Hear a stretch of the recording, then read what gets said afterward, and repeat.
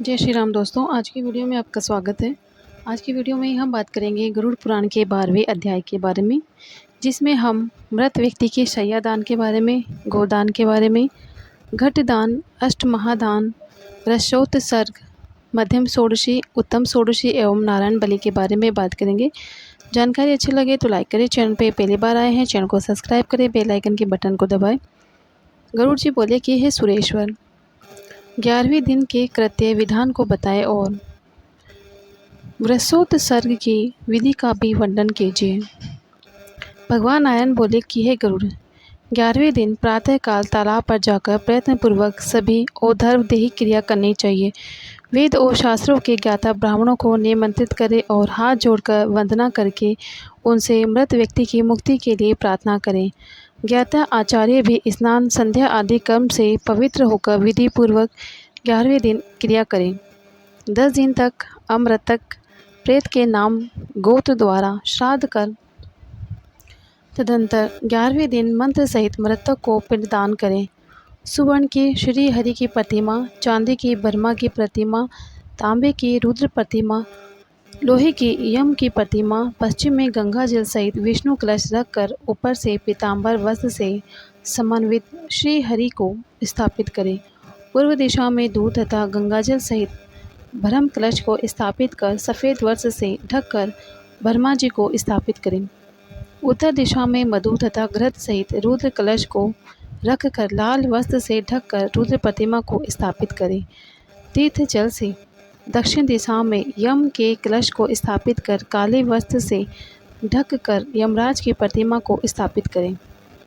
मध्य में मंडल बनाकर उसके ऊपर कुशा का पुतला स्थापित कर पुत्र दक्षिणाभिमुख बैठकर अपसव्य द्वारा तर्पण करें। ब्रह्मा, विष्णु, शिव, धर्म इन सबको वेद मंत्र से तर्पण तथा होम कर 10 घट आदि श्राद्ध का आचरण करें।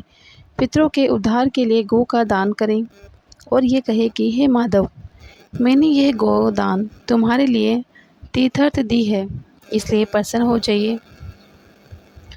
वस्त्र, आभूषण, वाहन आदि जो जो वस्तु मृतक को प्रिय है वह दे तथा घृत से भरा कांसे का पात्र तथा सभी धान्य का भी दान करें। अंत समय में तिलादली आदि महादान न दिया हो तो शैया के समीप रख सब दान करें।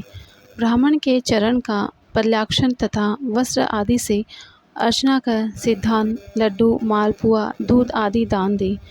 अब पुत्र शैया के ऊपर स्वर्णमयी प्रतिमा स्थापित करें और उसकी पूजा करके यथाविधि शय्यादान करें। शय्यादान के समय इस मंत्र को पढ़ें। हे विप्र, मृतक की प्रतिमा से युक्त और सभी प्रकार के उपकरणों से समन्वित यह प्रेत शैया मैंने आपको निवेदित की है। इस प्रकार कहकर कुटुंबी ब्राह्मण आचार्य को यह शैया प्रदान करें। इसके बाद प्रदक्षिणा और प्रणाम करके विसर्जन करना चाहिए। इस तरह शय्यादान, 9वें दिन के दिन पिंडदान आदि श्राद्ध और वृषोत्सर्ग का विधान करने से मृतक परम गति को प्राप्त होता है।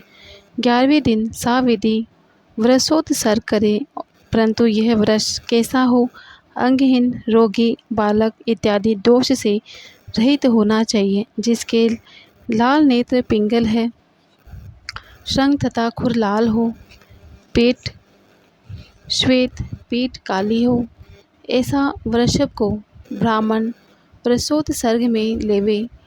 लाल वर्ण का वृषभ क्षत्रिय हो, पीत वर्ण का वृषभ वैश्य हो और कृष्ण वर्ण का वृषभ शूद्र को कहा गया है। जो वृषभ संपूर्ण अंग में पीत वर्ण है, पूंछ तथा पैर में श्वेत वर्ण है, उसको पिंग वृषभ कहा गया है। वह पितरों के प्रेम को बढ़ाने वाला है। जिसके पैर, पूंछ सफ़ेद हो तथा अन्य सब अंग लाल रंग के समान हो, उसको नीले वृक्ष कहते हैं। जो शरीर के वर्ण से तथा मुँह में सफ़ेद से, पूंछ से सफ़ेद है, खुर पीत वर्ण का है, वह रक्त नील वृक्ष कहलाता है। शरीर में एक वर्ण है, पूंछ तथा खुर में पीत वर्ण है, उसको नील पिंग वृक्ष कहते हैं। वह पूर्वजों का उद्धारक हो जाता है। जिसके कबूतर जैसा वर्ण और ललाट में तिलक है, उसको वह भ्रू नील कहते हैं। जिसके सब अंग नीले तथा नेत्र द्वय लाल है, उसको महानील वृक्ष कहते हैं। ये नील वृक्ष 5 प्रकार के हैं। नील वर्ण वृक्ष उत्पन्न हो तो उसको घर में रख चिन्ह कर अवश्य छोड़ दे। इनमें एक प्राचीन इतिहास है। अनेक पुत्र हो तो उनमें से कोई भी पुत्र गया जाए और 8 वर्ष की कन्या का विवाह करे और नील वृक्ष का त्याग करे। जो पुत्र वृषोत्सर्ग करता है और गया में जाकर श्राद्ध करता है, वही पुत्र है तथा अन्य पुत्र विष्ठा के समान है। जिसके जो कोई पूर्वज रोर व आदि नरकों में यातना पा रहे हो, 21 पीढ़ी के पुरुषों के सहित वृषोत्सर्ग करने वाला पुत्र उनका उद्धार कर देता है। स्वर्ग में गए हुए पितर भी इस प्रकार वृषोत्सर्ग की कामना करते हैं। हमारे वंश में कोई पुत्र होगा जो वृषोत्सर्ग करेगा, उसके द्वारा किए गए वृषोत्सर्ग में हम सब परम गति को प्राप्त होंगे। हम लोगों को भी यज्ञों में श्रेष्ठ वृक्ष यज्ञ मोक्ष प्रदान करने वाला है। इसलिए पितरों की मुक्ति के लिए यथोक्त विधान से सभी प्रयत्नपूर्वक वृक्ष यज्ञ करना चाहिए। वृषोत्सर्ग करने वाला ग्रहों की तदंत मंत्रों से स्थापना और पूजा करके होम करे तथा शास्त्रानुसार वृषभ की माता गौओं की पूजा करे। बछड़ा और बछिया को ले जाकर उन्हें कंकण बांधे और वैवाहिक विधान की विधि के अनुसार स्तंभ में उन्हें बांध दे। रुद्रघट आदि से वृषभ तथा वत्सी को स्नान करा गंधाक्षत से पूजन कर प्रदक्षिणा करे। वृषभ के प्रदक्षिणा पार्श्व में त्रिशूल का चिन्ह है, वाम पार्श्व में चक्र का चिन्ह है। उसको त्याग कर हाथ जोड़कर पुत्र मंत्र को पढ़ें। वृक्ष रूप धर्म हो जिसका ब्रह्मा ने रचा, तुम्हारे उत्सर्ग प्रदान से भवर नव से उद्धार हो। इस प्रकार मंत्र द्वारा नमस्कार कर वस और वत्सी को छोड़े। श्री हरि कहते हैं कि हे गुरु, ऐसा जो करते हैं मैं उनको हमेशा घर तक मृतक को मोक्ष देता हूँ। अतः अपने करने से सफलता मिलती है। जीवन में यदि पुत्र न हो तो हाथ से करने मात्र से क्रम गति को प्राप्त हो जाता है। कार्तिक आदि शुभ मास तथा उत्तरायण सूर्य हो जाए और शुक्ल पक्ष तथा कृष्ण पक्ष की द्वादशी आदि तिथि हो, सूर्य तथा चंद्र ग्रहण में शुभ तीर्थ में विशुद्ध वध द्वितीय में अनयन द्वितीय में वर्षोत्सर्ग करें। एकाग्र चित्त से सब पवित्र देश में शुभ लगन और शुभ मुहूर्त में ब्राह्मणों को बुलाकर वर्षोत्सर्ग करें। जप होम दान आदि देने से शरीर शुद्ध करे और पूर्व में जो होम कहा है वह करें। शालिग्राम जी की मूर्ति स्थापित कर विष्णु संबंधी अपना श्राद्ध कर तथा ब्राह्मण आदि को दान करें। हे गुरु, इस तरह सब को पुत्र सहित कामना प्राप्ति के लिए वृषोत्सर्ग करें। अग्नि होमात्र दी यज्ञ तथा अनेक तरह के दान देने से उस परम गति को प्राप्त नहीं होते, वह वृषोत्सर्ग करने से प्राप्त हो जाता है। बाल्य, कौमार, युवा, वृद्ध इन अवस्थाओं में जो पाप किया है वह वृषोत्सर्ग करने मात्र से नष्ट हो जाते हैं। इसमें कोई संशय नहीं है। मित्रद्रोही, कृतघ्न, मदिरा पीने वाला, गुरु पत्नी से गमन करने वाला, ब्रह्म हत्या करने वाला, स्वर्ण की चोरी करने वाला, ये सब वृषोत्सर्ग करने से बरी हो जाते हैं। हे गरुड़, सभी प्रयत्न करके वृषोत्सर्ग करना चाहिए। तीनों लोक में वृषोत्सर्ग के समान कोई पुण्य कार्य नहीं है। पति और पुत्र वाली स्त्री यदि उन दोनों के सामने मर जाए तो उसके उद्देश्य से वृषोत्सर्ग नहीं करना चाहिए, अपितु दूध देने वाली गाय का दान करना चाहिए। जो आदमी वृषभ को कंधे या पीठ पर भार ढोने के काम में प्रयोग करता है वह प्रलय पर्यंत घोर नरक में जाता है।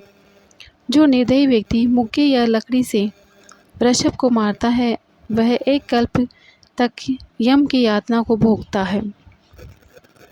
इस प्रकार वृषोत्सर्ग कर सब पिंडन के पहले जो 16 श्राद्ध है वह बताता हूँ। मरण स्थान में, द्वार में, अर्धमार्ग में, चिता में, शव के हाथ में, अस्थि संचय में 6वां व 10वां पिंड दें। यह प्रथम मलिन नामक 16 पिंड कहा है। अब तुमको अन्य 16 पिंड दान विधि कहता हूँ। प्रथम पिंड विष्णु को, दूसरा पिंड शिव जी को, तीसरा पिंड सपरिवार यम को दे, चतुर्थ पिंड चंद्रमा को, पंचम पिंड अग्नि को, छठा पिंड कव्यवाह को, सातवां पिंड काल को दे, आठवां पिंड रुद्र को, नौवां पिंड परमेश्वर को, 10वां पिंड प्रेत को, 11वां पिंड श्री हरि को, 12वां पिंड ब्रह्म को, 13वां पिंड श्री हरि को, 14वां पिंड शिव को, 15वां पिंड यम को देना चाहिए। हे गरुड़, 16वां पिंड सतपुरुष को दे।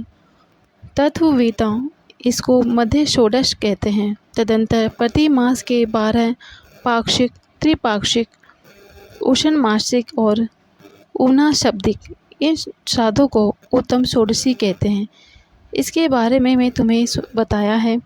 हे गरुड़, इनको 11वें दिन चरु बनाकर करना चाहिए।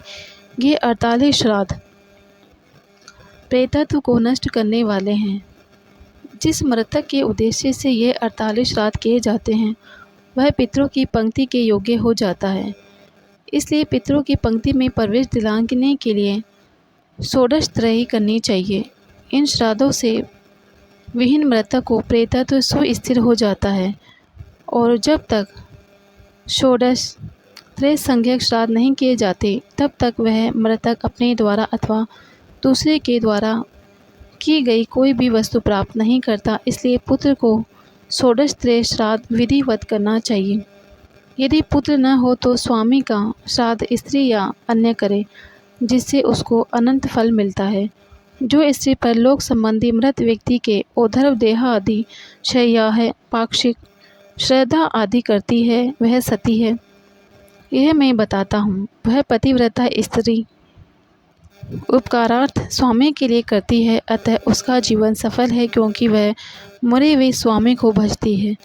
जो परमादवश अग्नि या पानी में डूबकर मर गया उसका भी सब कर्म विधि पूर्वक करे। परमाद से इच्छा से सर्प के काटने से मर गया हो तब शुक्ल पक्ष की तथा कृष्ण पक्ष की दोनों पंचमी के दिन नागदेव की पूजा करे। गेहूं के आटे की एक प्रतिमा बनाकर सुगंध युक्त सफ़ेद फूल तथा चंदन आदि से अर्चन करे। धूप दीप चावल तिल चढ़ाए तथा कच्चा आटा और दूध रख दे। यदि शक्ति हो तो सुवर्ण नाग बनाकर ब्राह्मण को दान देकर नमस्कार कर कहे, इस नागराज के दान देने से नागराज हम पर प्रसन्न हो। इस प्रकार नागराज की पूजा कर अकाल में मरने वाले के निमित्त नारायण बलि करें, जिसके करने मात्र से प्रेत सब पापों से मुक्त हो स्वर्गलोक में जाते हैं। इस तरह सब क्रिया कर प्रतिदिन जल पूर्ण घट अन्न सहित दान करें या 360 घट, 360 पिंड, 360 जलांजलि दे। 11वें दिन पिंड दान कर 12वें दिन सपिंडे श्राद्ध कर शय्या दान तथा पल दान सूतक निवृत्ति में करें।